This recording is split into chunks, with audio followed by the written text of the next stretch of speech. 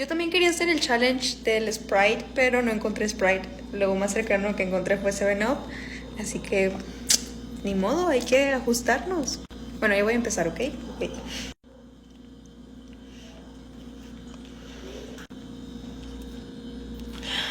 Creo que el 7-Up tiene más gas. Ay, no.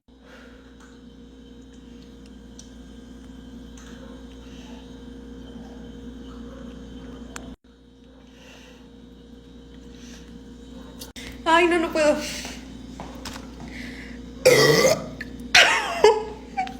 No, vamos otra vez, otra vez.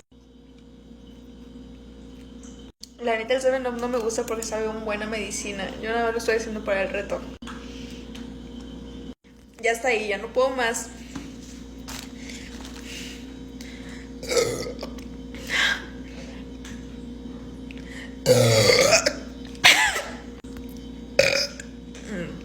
Chiquito. Ya, la tercera vez que lo hago y ya. Vean todo lo que ya le bajé.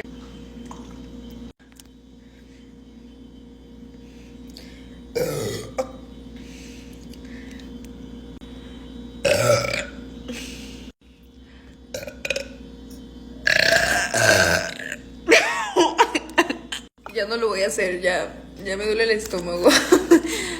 No me salieron tan chidos. Antes yo era una crack para los eructos, pero desde que empezó la pandemia, pues obviamente ya no lo hacía en mi casa.